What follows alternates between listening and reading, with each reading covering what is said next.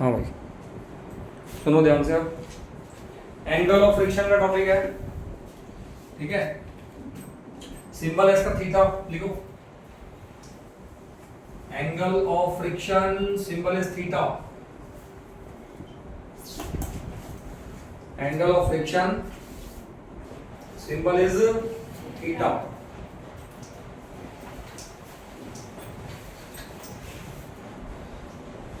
What is the definition of angle of friction? मान लो ये surface है एक, और इस सरफेस पे एक बॉडी पड़ी है, ठीक है। एक सरफेस पे एक बॉडी पड़ी हुई है, मान लो बॉडी का मास मान लो m, इस बॉडी का वेट हो गया mg, ऊपर नॉर्मल रिएक्शन हो जाएगा r, और मैंने इस बॉडी को खींचने के लिए पुल लगा दिया,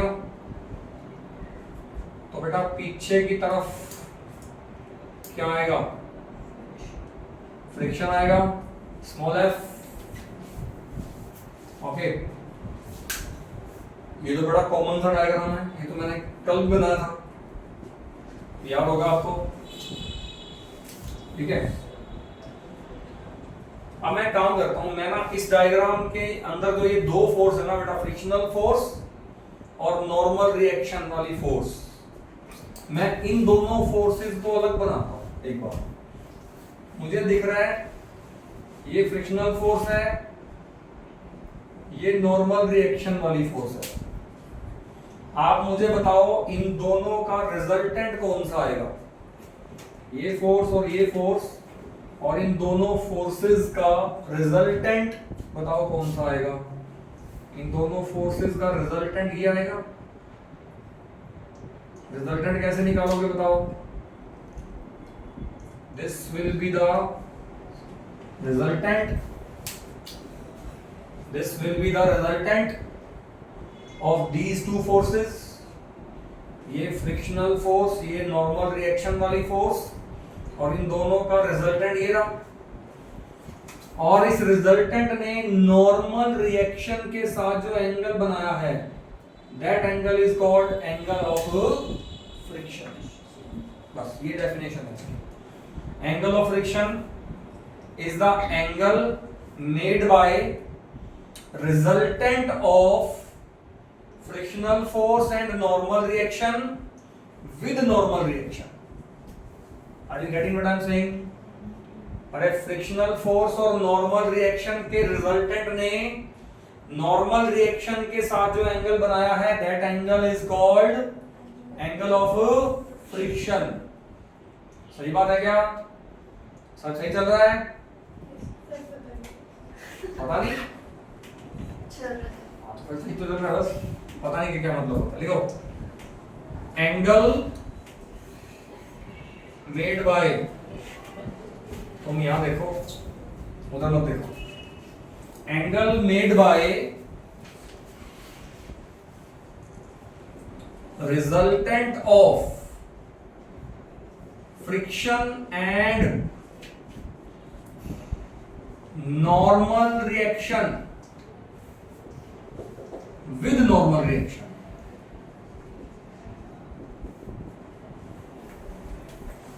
Angle made by resultant of friction and normal reaction with normal reaction, है ना। फ्रिक्शन और नॉर्मल रिएक्शन के रिजल्टेंट ने नॉर्मल रिएक्शन के साथ जो एंगल बनाया है, उस एंगल को हम क्या बोलते हैं बेटा? एंगल ऑफ फ्रिक्शन बोलते हैं। सिंपल सी बात। अब can you calculate this angle of friction?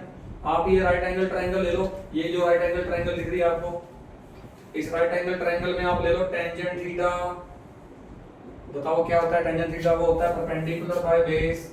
अब बताओ परपेंडिकुलर कौन है? वो तो f है, और बेस कौन है बेटा? वो तो r है। तो ये हो जाएगा बेटा f बाय r, और f बाय r आपको पता है क्या होता है? वो होता है बेटा म्यू। तो बेटा म्यू बराबर कितना आ गया? टेंजेंट थीटा आ गया। लो बेटा ये सिंपल सा टॉपिक था, खत्म। अब जो अगला टॉपिक है ना, वो ध्यान से सुनना आपने। पहले बताओ इतना समझ आ गया बेटा आपको? इतना क्लियर है क्या? चलो आगे। एंगल ऑफ फ्रिक्शन सिंपल, खत्म। आगे सुनो, अगला टॉपिक आ रहा है एंगल ऑफ रिपोज या एंगल ऑफ स्लाइडिंग। ये साफ कर रहा हूं। नेक्स्ट टॉपिक बेटा क्या आ रहा है? Angle of repose or you can say angle of sliding, angle of repose or you can say angle of sliding. ठीक है, एंगल ऑफ रिपोज और एंगल ऑफ स्लाइडिंग। इस एंगल का बेटा सिंबल होता है अल्फा। इस एंगल का symbol क्या होता है? अल्फा। ठीक है, अब मैं आपको बताता हूँ ये कौन सा एंगल होता है ना? विच एंगल इट इज, ये कौन सा एंगल होता है?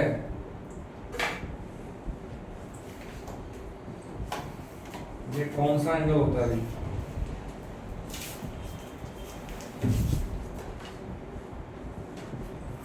ध्यान से देखो, ये समझना बात को। ये सरफेस है नीचे वाला, इस सरफेस के ऊपर ये बॉडी ऐसे पड़ी है। अब मैं क्या करूंगा, मैं जो ये हॉरिजॉन्टल सरफेस है ना, इसको धीरे धीरे ऊपर उठाऊंगा। देख रहे हैं मैं क्या कर रहा हूं? हॉरिजॉन्टल सरफेस को धीरे धीरे क्या बना रहा हूं मैं? इंक्लाइंड बना रहा हूं। तो एक ऐसा एंगल आएगा जिस एंगल पे ये बॉडी जस्ट स्लाइड कर जाएगी। ठीक है, एक एंगल आएगा जिस एंगल पे ये नहीं लेते बॉडी, ये बेकार बॉडी है, ये सही बॉडी लगती है। अब मैं इस हॉरिजॉन्टल सरफेस को धीरे धीरे क्या करने वाला हूं? इंक्लाइन करने वाला हूं एक तरफ से। तो ध्यान से देखना, जब ये रिमोट जस्ट चलेगा, जस्ट चलने का मतलब जस्ट स्लाइड डाउन करेगा, ये एक ही एंगल ऐसा मिलेगा जिस एंगल पर ये body just slide. Are you getting? एक ही एंगल था। फिर से करूं क्या? ये ढंग की बॉडी नहीं मिल रही अपने को। कोई सरफेस बढ़िया, क्योंकि ना बीच में बैंड कर जाता है, चक्कर ये है। सरफेस पूरा सॉलिड हो ना, है ना? और कोई कॉपी भी नहीं पड़ी पीछे सामने, कुछ पड़ा है क्या सामने? दिखाना एक बार। ये ऊपर वाली कॉपी था ना, ये जो सीबीएसई लिखा हुआ है, दिखाना एक बार। ये दिखाओ, ये सही लग रहा है, ठीक लग रहा है। आप करना फिर से एक बार। इसको एक तरफ से ऊपर उठा रहा हूं बेटा मैं। एक ऐसा एंगल मिलेगा जिस एंगल पर ये बॉडी जस्ट स्लाइड करेगी।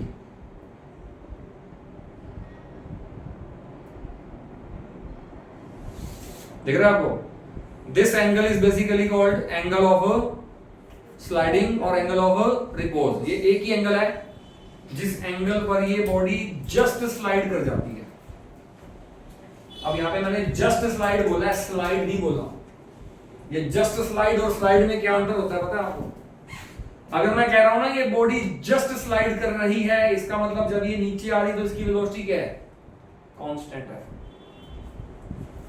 और अगर मैं बोलता ना ये बॉडी स्लाइड करके नीचे आ गई, तो इसका मतलब ये था कि यहां इस बॉडी की वेलोसिटी नीचे की तरफ क्या हो रही थी? बढ़ रही थी। मतलब बॉडी में क्या थी? नीचे की तरफ एक्सेलरेशन थी। जस्ट स्लाइड और स्लाइड में बेटा अंतर होता है। जस्ट स्लाइड का मतलब है कि जस्ट बॉडी चलेगी विद कांस्टेंट वेलोसिटी, मतलब एक्सेलरेशन कितना आएगा? 0 आएगा। तो ये वो एंगल है जिस एंगल पर बॉडी इंक्लाइंड सरफेस पे जस्ट स्लाइड करेगी डाउन साइड में। इसका मतलब जब वो बॉडी नीचे आएगी, इस एंगल पे नीचे आएगी, तो आती दफा उसकी वेलोसिटी क्या होगी? कांस्टेंट होगी। और एक्सेलरेशन कितना आएगा? उसमें 0 आएगा। Are you getting?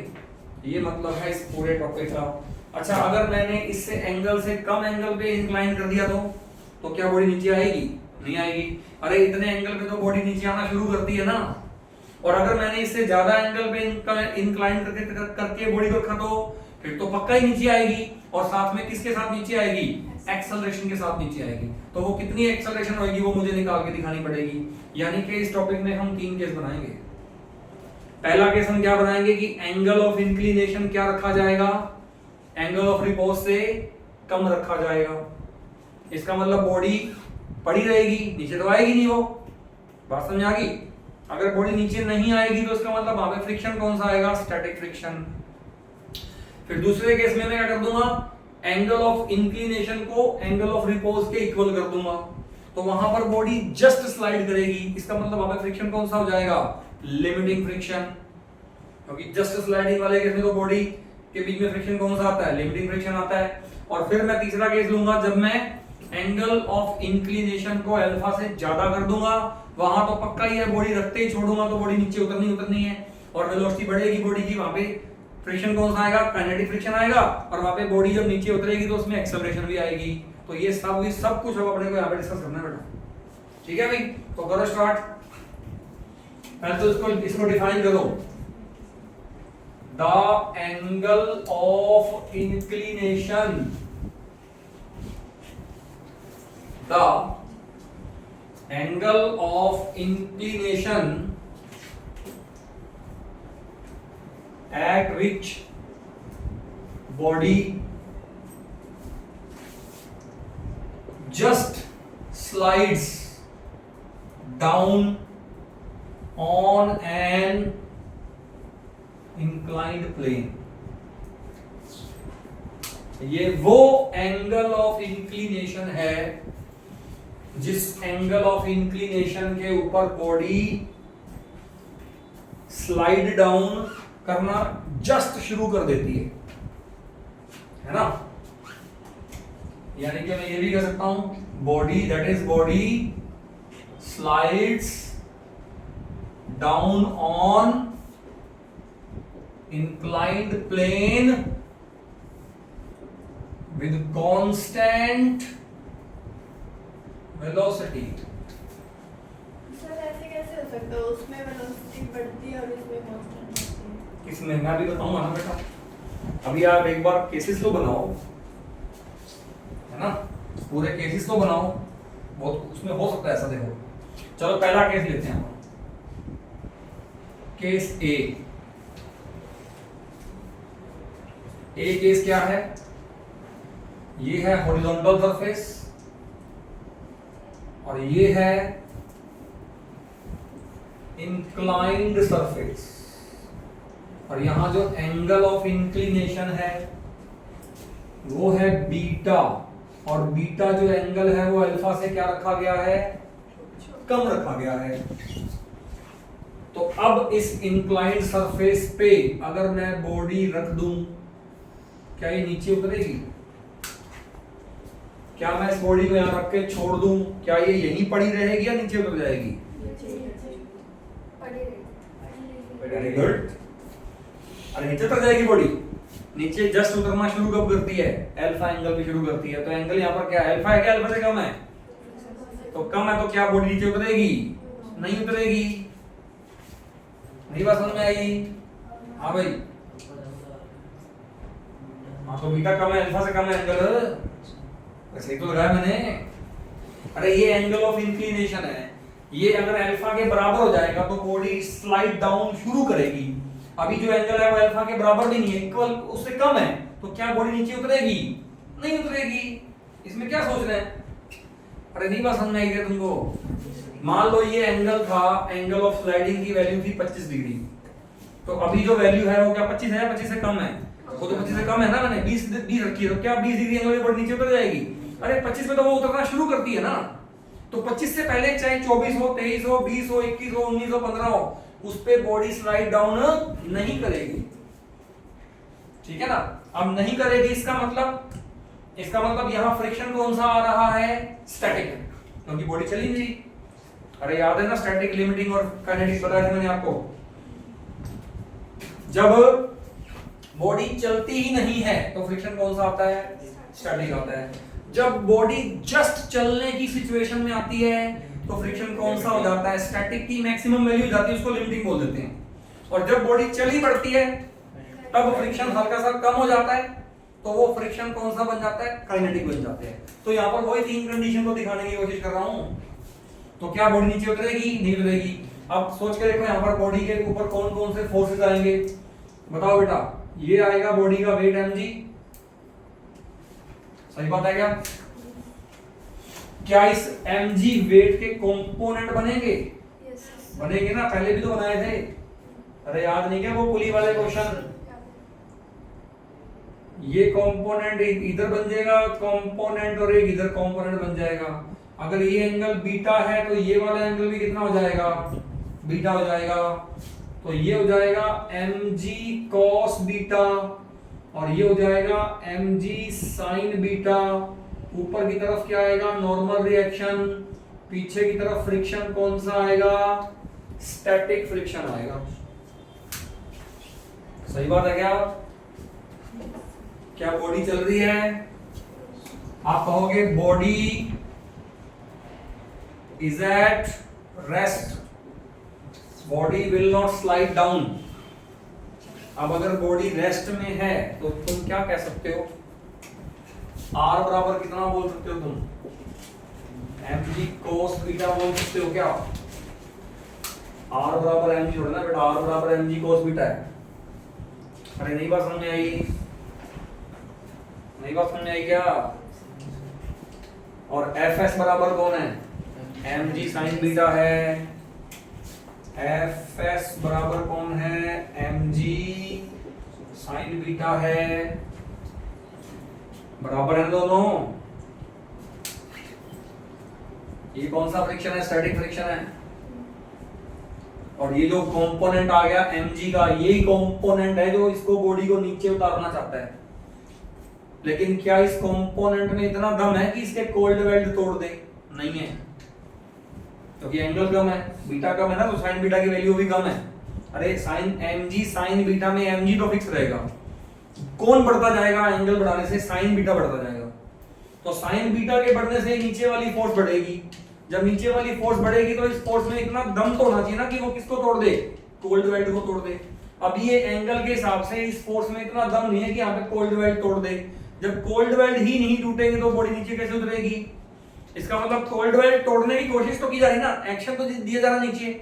इसका मतलब ऊपर की तरफ रिएक्शन तो मिलेगा, पर वो कौन सा रिएक्शन होगा? वो स्टैटिक फ्रिक्शन वाला रिएक्शन होगा। मतलब बॉडी पे फ्रिक्शन तो आएगा क्योंकि आप फोर्स तो लगा रहे हो। अरे मैंने याद आया ना, सब कुछ मैंने समझाया था पहले। अरे याद आ रहा है नहीं आ रहा? समझ आ रहा है बेटा मैं क्या बोल रहा हूँ? हाँ, तो बॉडी नीचे नहीं उतरेगी क्योंकि यहाँ पे कोल्ड वेल्ड नहीं टूटे अभी। लेकिन हाँ, ये फोर्स बराबर इसके है, ये फोर्स बराबर इसके है, नो डाउट। चलो अब अगर मैं इसको डिवाइड कर दूं इससे, तो fs बाय r कर दूं तो fs बाय r कर दूं तो mg से mg गया, साइन बाय cos हो जाएगा टेंजेंट बीटा, और fs बाय r क्या होता है बेटा? वो होता है म्यू s। तो ये लो, बस ये रिजल्ट आ गया अपने पास। इसके अलावा कोई रिजल्ट नहीं बनता इसमें। अरे बॉडी नीचे उतरती नहीं है, बॉडी नीचे आ ही नहीं रही। Are you getting? चलो केस बी बनाऊं। अब बताओ केस बी में क्या बोलूंगा मैं? केस ए क्या बनाया था मैंने? केस ए की हेडिंग बना लो। जो बीटा एंगल है वो अल्फा से क्या रखा गया है? कम रखा गया है। अब जो बीटा एंगल है वो अल्फा के इक्वल रखा जाएगा। तो इसका मतलब यहां पर बॉडी क्या करेगी? जस्ट स्लाइड डाउन करेगी। Body just slides down. तो डायग्राम बनाऊं। अब अगले डायग्राम में लगना चाहिए कि आपने ये एंगल बढ़ा दिया, ठीक है ना? और जब तीसरा केस लूंगा तो उसमें भी लगना चाहिए कि आपने इसके मुकाबले में और एंगल बढ़ा दिया। ये नहीं होना चाहिए। लिख तो रहे हो कि एंगल बढ़ गया, लेकिन इसका एंगल मेरे को इससे भी कम दिख रहा है, तो फिर तो डायग्राम ही गलत है। नहीं बात समझ आई बेटा? तो अब मैं जो डायग्राम बनाऊंगा ना, ये लो, मैं कहूंगा ये हॉरिजॉन्टल सरफेस है। बोलो क्या इससे ज्यादा एंगल में है ये सरफेस? यहाँ एंगल पहले से कुछ बढ़ा है कि नहीं बढ़ा? बढ़ गया ना। और अब ये कितना एंगल ले लूं? अल्फा ले लूं। अब तो बीटा इक्वल टू अल्फा, तो अल्फा ले लेता हूं बस। अब बताओ क्या होगा? ये बॉडी है, इस बॉडी का वेट कितना? mg। इसका कंपोनेंट एक ये बनेगा और एक ये बनेगा। ये एंगल अल्फा, तो ये वाला भी एंगल अल्फा, यहाँ कितना आ जाएगा mg cos अल्फा, यहाँ कितना आ जाएगा mg sin अल्फा, ऊपर की तरफ कौन आएगा नॉर्मल रिएक्शन, और पीछे की तरफ कौन सा फ्रिक्शन आना है लिमिटिंग फ्रिक्शन आना है। बॉडी जस्ट चलने की सिचुएशन में है या उसके जस्ट कोल्ड वेल टूटे है बस, है ना। तो यानी कि अब ये बॉडी नीचे आएगी विद कांस्टेंट वेलोसिटी, यानी कि बॉडी में अभी भी एक्सेलरेशन कितना आएगा 0 आएगा। समझ में आ गया, समझ में आ गया बेटा। अब बताओ इसमें कौन बराबर है, कौन किसके बराबर है। अभी भी r बराबर क्या बोलोगे, अभी भी r बराबर क्या बोलोगे mg cos अल्फा बोलोगे, और अभी भी क्या इसको इसके इक्वल बोलोगे, क्या इसको इसके इक्वल बोलोगे, या ये बोलोगे ये बड़ा है इससे।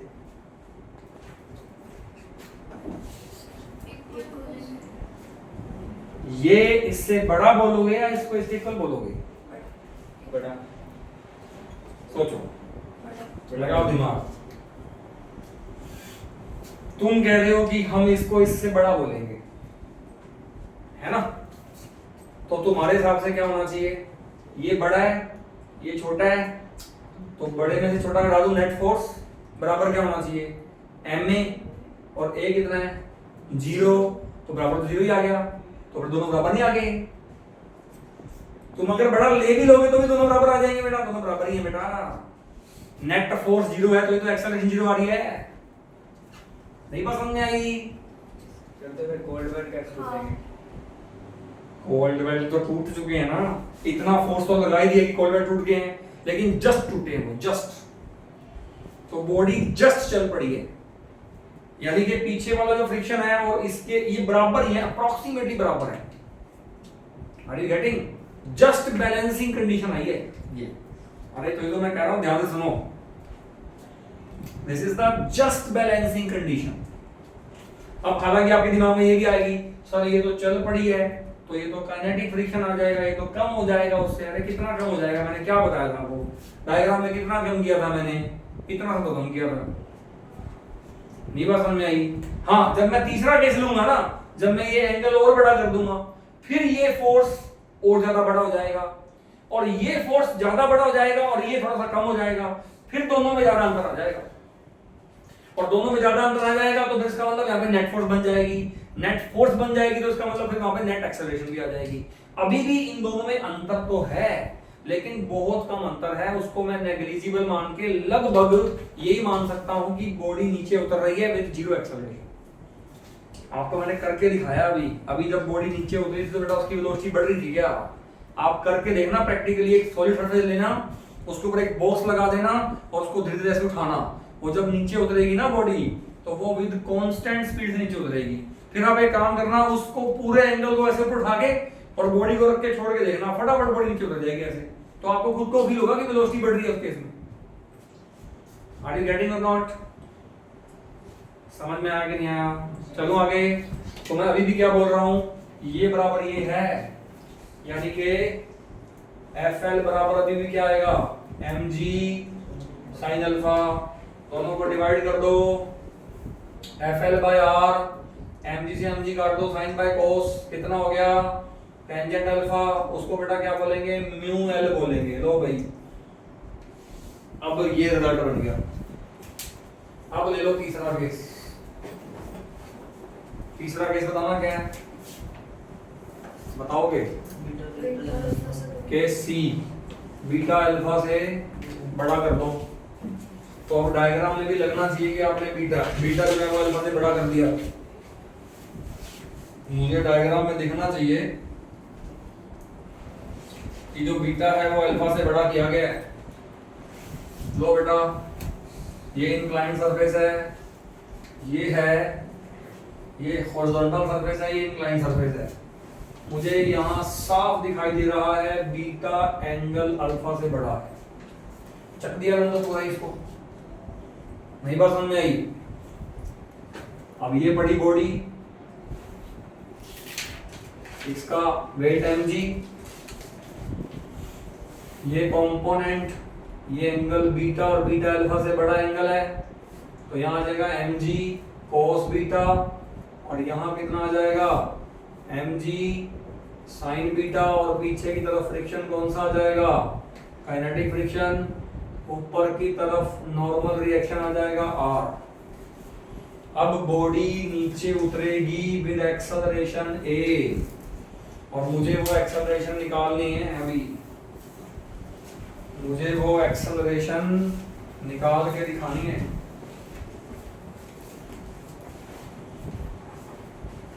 सही बात है क्या?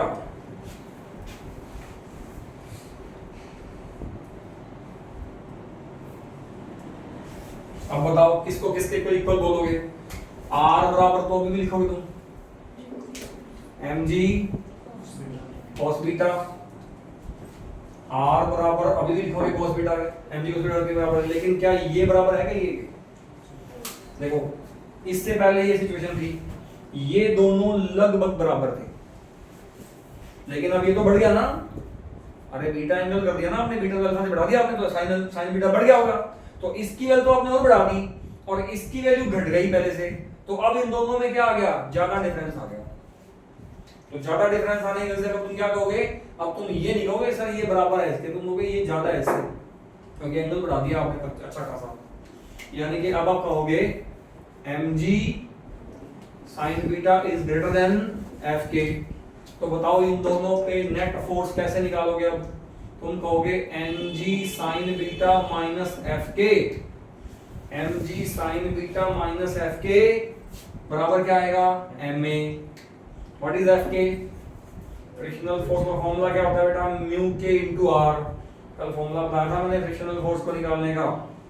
तो पुट करो बेटा, mg sin बीटा माइनस ये कौन है? म्यू k इनटू r बराबर कौन हो गया? ma।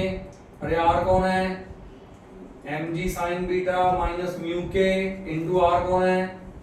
mg cos बीटा, सामने हो गया ma, m से m काट दो और g कॉमन निकाल लो। g कॉमन अंदर कितना आ जाएगा? sin beta minus mu k cos beta, सामने कितना आ जाएगा? एक्सेलरेशन a आ जाएगा। लो बेटा एक्सेलरेशन निकाल दी मैंने।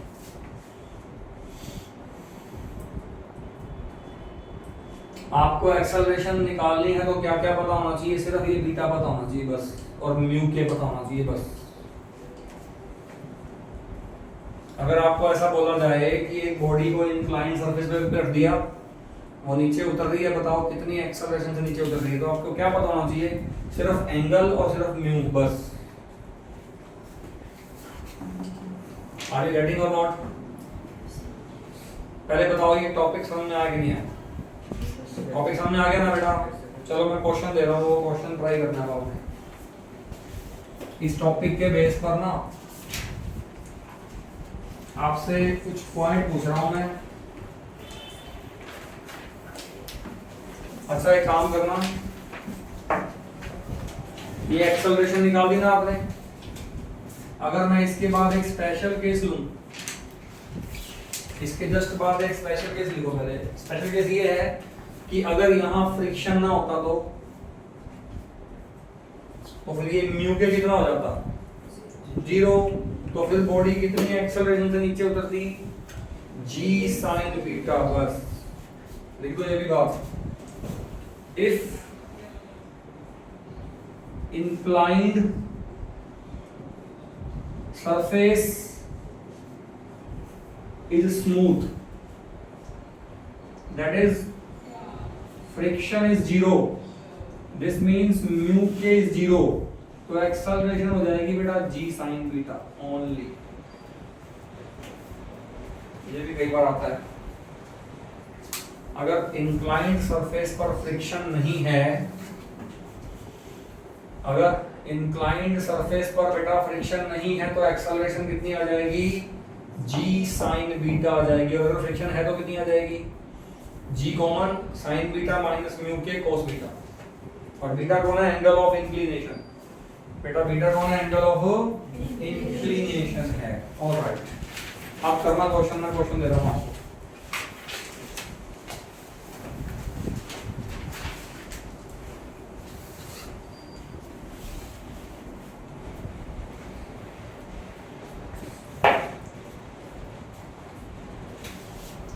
क्वेश्चन दे रहा हूं, ये इंक्लाइन सरफेस है और ये हॉरिजॉन्टल सरफेस है, ये इंक्लाइन सरफेस है और ये एंगल है बेटा 60 डिग्री, ये एंगल है 60 डिग्री।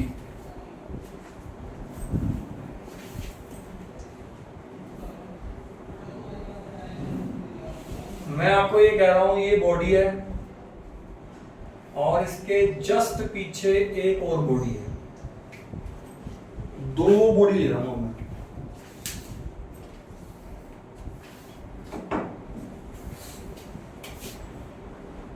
इस बॉडी का मास है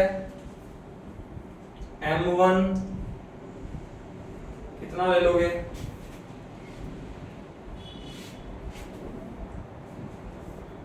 5 किलोग्राम ले लो, है ना।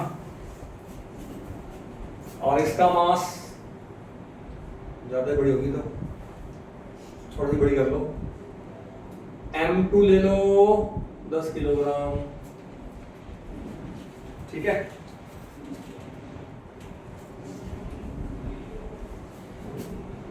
और मैं आपको ये कह रहा हूं कि इसका कोफिशिएंट ऑफ फ्रिक्शन μ1, इसका कोफिशिएंट ऑफ फ्रिक्शन μ2। इस बॉडी और सरफेस के बीच में जो कोफिशिएंट ऑफ फ्रिक्शन है वो है μ1 और इसके बीच में जो है वो है μ2। और मैं आपको ये कह रहा हूं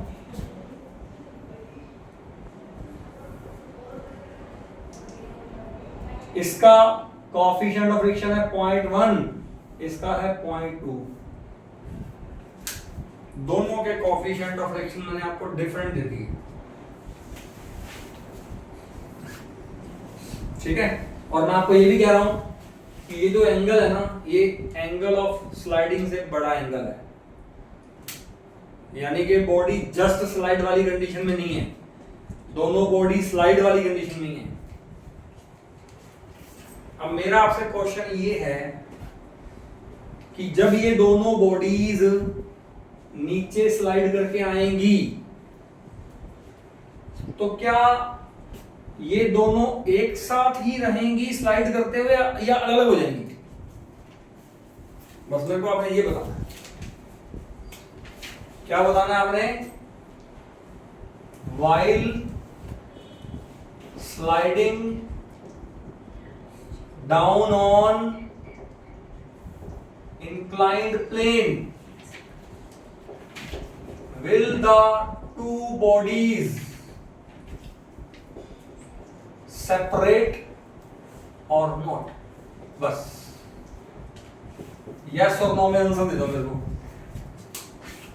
क्या दोनों बॉडीज अलग अलग होंगी या नहीं होंगी?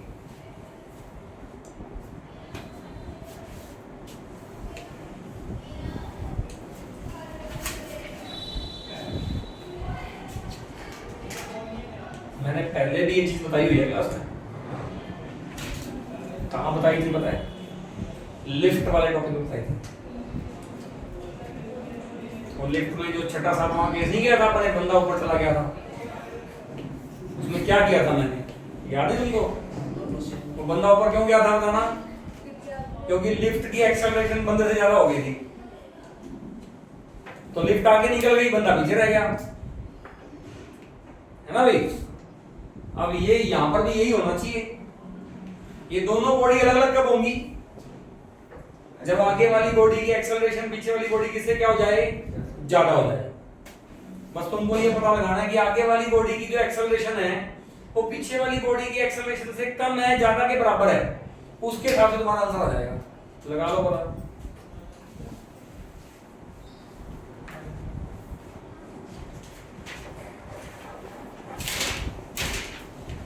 सर जी कितना लेना? ले ले।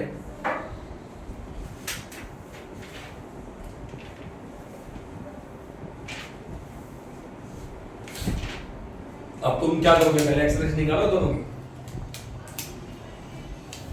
क्या तुम आगे वाली बॉडी की और पीछे वाली बॉडी की एक्सेलरेशन निकाल के बताओगे मुझे? आंसर दोगे या बिना निकाले बता सकते हो? नहीं बात समझ आ रही? What was the formula of acceleration? G तो बाहर था, अंदर था sine beta minus mu cos beta, ये था फॉर्मूला। अब दोनों के मास पे तो एक्सेलरेशन डिपेंड करती नहीं। अब तो इसका मतलब ये मत कहना सर जो पीछे वाली बॉडी है वो तो भारी है, तो वो तो आगे वाली बॉडी के ऊपर ऐसे चिपकी रहेगी, तो इसका मास ज्यादा है। अरे मास पे डिपेंड ही नहीं करती एक्सेलरेशन। और एक्सेलरेशन चाहे इसकी निकालो चाहे इसकी निकालो, बीटा भी सबके लिए सेम है, जी भी सबके लिए सेम है। डिफरेंट क्या है? म्यू। और मुझे ये बताना, अगर ये म्यू ज्यादा हो जाए तो एक्सेलरेशन ज्यादा आएगी कम आएगी? कम आएगी ना। अरे म्यू वाला टर्म तो घट रहा है ना इसमें से, तो वो कम हो जाएगी। तो क्या आंसर बना? जिसका म्यू ज्यादा है उसकी एक्सेलरेशन क्या है? कम है।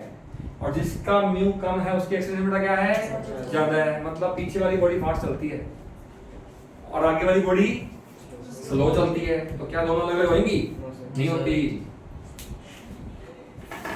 पता चला समझ में आया कि नहीं आया?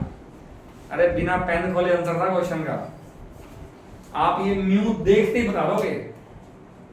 अरे आप कहोगे ना इसका म्यू ज्यादा, ये तो स्लो है, ये म्यू कम, ये तो फास्ट है, तो पीछे वाली बॉडी आगे वाली बॉडी पे अपना बोझ डाल के खड़ी ऐसे, और आगे वाली बॉडी को जाने को तैयार नहीं है, वो तो चलती स्लो है।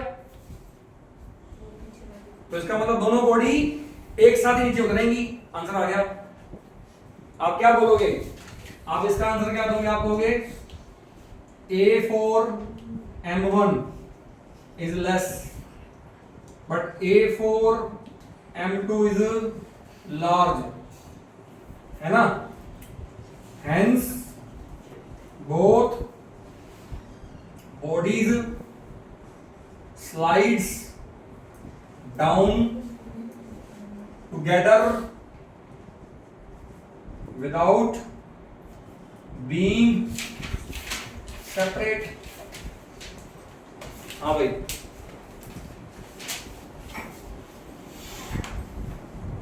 बताओ क्वेश्चन समझ में आया कि नहीं है? है ना? क्वेश्चन समझ में आ गया ना बेटा? देखो मैं ऐसे क्वेश्चन नहीं क्लास में करवाता होता। मैं आपको ऐसे कहता ये बॉडी है, ये एंगल 60 है, यहाँ पे म्यू कितना है 0.1, इसका मास जितना मर्जी ले लो। मैं कहता बताओ कितनी एक्सेलरेशन से नीचे उतर रही है। क्या ये क्वेश्चन करवाने वाला है क्लास में? अरे पता ही है ना, पुट करो आंसर लो। इसमें क्या बताऊं तुमको मैं? जब मैंने फॉर्मूला ड्राइव करवा दिया तो बेटा पुट ही करना, आंसर तो लेना अपने को। आप क्वेश्चन ऐसा करो ना, पता चले आपको दोनों बॉडी अलग अलग होंगी नहीं होंगी। अब मुझे पता चल गया दोनों बॉडी अलग अलग नहीं होती। चलो फिर अगर दोनों अलग अलग नहीं होती तो फिर इसका मतलब अगला एक और क्वेश्चन बनेगा। अब अगला और क्वेश्चन बताओ क्या बनेगा? आपको याद है अपन ने ऐसे क्वेश्चन किए थे पीछे? अपन ने ऐसे क्वेश्चन किए थे क्या पीछे कि ये बॉडी इसका मास m1 5 किलो ले लो, ये बॉडी इसका मास m2 10 किलो ले लो, दोनों बॉडी बीच में कांटेक्ट में है आपस में, और मैंने कहा था मैंने इसको ऐसे फोर्स लगा दिया, ये ऐसे चलेगी, तो ये इन दोनों के बीच में क्या आएगा? कांटेक्ट फोर्स आएगा। अरे याद है मैंने ये कांटेक्ट फोर्स निकालना सिखाया था आपको? क्या यहाँ पे आएगा कांटेक्ट फोर्स? अरे दोनों कांटेक्ट में रह के नीचे उतरे तो कांटेक्ट फोर्स तो आएगा। अगर दोनों अलग अलग हो जाते तो बात अलग थी। यहाँ पे तो कांटेक्ट फोर्स आएगा ना। तो मेरा क्वेश्चन क्या है? Find contact force. कर दो। अगर कांटेक्ट फोर्स आएगा तो निकाल के दिखा दो फिर। अब जितना आसानी से यहाँ निकाल दिया था ना, उतना आसानी से नहीं निकलेगा वहां तो टेढ़ा काम है कांटेक्ट फोर्स निकालना। नहीं बात समझ आई? यहाँ कैसे निकाला था? यहाँ पे तो एक्सेलरेशन सबसे पहले कितनी आई थी? F by m1 plus m2 acceleration आ गई थी। सही बात है क्या? यहाँ पर एक्सेलरेशन कैसे आई थी, F by m1 plus m2। उसके बाद मैंने कहा था दोनों में से किसी एक बॉडी का एफईडी ले लो और उसके बाद क्या निकाल लो, कॉन्टैक्ट फोर्स निकाल लो। करना यहाँ पर यही है, लेकिन यहाँ वो करना आसान था, यहाँ थोड़ा मुश्किल है। तो अब इसी क्वेश्चन को, एक क्वेश्चन तो ये था इसका, अब मैं इसी में दूसरा क्वेश्चन पूछ रहा हूं आपसे। ये पहला क्वेश्चन था, दूसरा क्वेश्चन मेरा क्या है, find contact force between them. देखो सबसे पहले तो मेरे को ये पता होना चाहिए ना, सबसे पहले तो मेरे को ये पता होना चाहिए कि दोनों बॉडी एक साथ नीचे उतरती भी है कि नहीं उतरती। अगर नहीं उतरती तो कॉन्टैक्ट फोर्स कितना, 0। हाँ, अगर एक साथ नीचे उतरती है तो कॉन्टैक्ट फोर्स 0 नहीं आएगा, फिर निकालना पड़ेगा कितना आएगा, वो तो बेटा निकाल लोगे। कैन यू कैलकुलेट, बोलो, करूं? मैं कर देता हूं, तुमसे नहीं होगा। चलो मैं डायग्राम बना रहा हूं, फिर से ध्यान सुनना भाई। ये है हॉरिजॉन्टल सरफेस, ये है इंक्लाइंड सरफेस। ये बॉडी है m1 मास वाली, ये इसका वेट है m1g, ये कंपोनेंट बनेगा, ये कंपोनेंट बनेगा, ये एंगल कितना 60, ये कितना आएगा m1g cos 60, ये कितना आएगा m2g, अरे m2 कहां से आ गया, m1g sin 60। ये कौन सा फोर्स आएगा, नॉर्मल रिएक्शन R1 बोल दूं, और पीछे की तरफ ये कौन सा फोर्स आएगा, फ्रिक्शनल फोर्स F1 बोल दूं। ये तो सिर्फ एक ही बॉडी का बनाया मैंने, अब दूसरी बॉडी का बनाऊं। दूसरी बॉडी है तो इसके साथ ही चिपकी हुई हो, बट मैं एक काम करता हूं, क्योंकि मुझे ना फोर्सेस बहुत सारे बनाने हैं, तो मैं दूसरी बॉडी को इसके पीछे ले लेता हूं एक बार। इसका मतलब ये नहीं कि दोनों साथ नहीं है, दोनों साथ ही हैं, आर यू गेटिंग? तो मैं दूसरी बॉडी को थोड़ा पीछे लेता हूं एक बार। अब दूसरी बॉडी का भी यही हाल होगा, इसका वेट आ जाएगा m2g, ये आ जाएगा m2g cos 60, ये आ जाएगा m2g sin 60, ऊपर नॉर्मल रिएक्शन आ जाएगा R2 और पीछे की तरफ फ्रिक्शन आ जाएगा F2। दोनों बॉडी अलग अलग नहीं है, दोनों बॉडी साथ ही हैं। अब बताओ इन दोनों बॉडीज को नीचे की तरफ कितनी फोर्स लग रही है, m1g sin 60 plus m2g sin 60 लग रही है, और इनके मोशन को अपोज करने वाली टोटल कितनी फोर्स लग रही है, F1 प्लस F2। ज्यादा कौन सी बोलोगे, ये वाली कि ये वाली, ज्यादा कौन सी बोलोगे, जो इन दोनों का सम था वो इन दोनों के सम से क्या आएगा, ज्यादा आएगा। नहीं बात समझ आई? मेरे कहने का ये मतलब है कि अब आप इन दोनों बॉडीज को दो बॉडी मत मानो, एक ही बॉडी मानो। आप ऐसे मानो कि ये डायग्राम अब ऐसे है, ये डायग्राम अब कैसे है, आप ऐसे मान लो कि ये बॉडी अब ऐसे है, बॉडी एक ही बॉडी है बस, और दोनों का टोटल मास कितना है, m1 प्लस m2। तो इधर की तरफ कितना फोर्स आ गया, m1g sin 60 plus m2g sin 60, और पीछे की तरफ कितना फ्रिक्शनल फोर्स आ गया, F1 प्लस F2। ये कितना आ गया, R1 प्लस R2, और ये कितना आ गया, m1g cos 60 plus m2g cos 60। क्या ये पूरा सिस्टम नीचे कितनी एक्सेलरेशन के साथ उतर रहा है, क्या वो एक्सेलरेशन निकाल सकते हो? कैसे निकालोगे? आप कहोगे ये ज्यादा ये कम, ज्यादा में से कम घटाओ बराबर क्या बोलोगे एम ए, और एन को क्या लोगे m1 तो m2। बताओ बेटा क्या करोगे आप कहोगे इसमें से घटा लो। अच्छा sin 60 कितना होता है √3/2, ये भी √3/2, तो ये कितना बनेगा बताओ? ये बनेगा m1 + m2, बाहर क्या कॉमन आ रहा है g × √3/2, simple, minus f1 + f2 को क्या बोलोगे? इसको बोलोगे μ1 r1, इसको बोलोगे बेटा μ2 r2। बताओ क्या आएगा बेटा? μ1 व्हाट इज r1? r1 कितना आएगा? m1 g cos 60 बेटा कितना 1/2, सही बात है, प्लस μ2 m2 g cos 60 बेटा कितना 1/2। ये हो गई नेट फोर्स, और बराबर क्या आएगी ये m1 + m2 × a नहीं आएगी? अरे बोलो, अब बताओ क्या हो सकता है कुछ? उधर से a निकाल दो, m1 + m2 यहाँ भी कॉमन है, उधर भी ऐसे। मुझे बेटा यहाँ भी कॉमन दिख रहा है m1 + m2, कट जाएगा पूरा का पूरा ही, बच गया, बचा क्या बताओ? ये कट गया, यहाँ आ जाएगा 5√3 minus what is μ1 0.2 into 10 plus 0.1 into 10। अरे m1 + m2 को कॉमन निकाल के बाहर, अरे कॉमन आ रहा है यहाँ पे, अरे कॉमन तो आ ही नहीं रहा, अरे नहीं आ रहा कॉमन, कहाँ कॉमन आया? अरे ये तो ये μ1 है, ये μ2 है, कॉमन कैसे आएगा? कॉमन तो आएगा ही नहीं M1 सर, बेटा, कैसे कॉमन आएगा? g कॉमन निकालो ना, g/2 ही कॉमन आ रहा है बस, अंदर μ1 थोड़ा ना कॉमन आ रहा है, वो तो वो μ1 है, वो μ2 है, कॉमन नहीं आएगा, सॉल्व करना पड़ेगा भाई। करो सॉल्व, बताओ a कितना आएगा? लंबा काम हो गया, हाँ तो करो सॉल्व।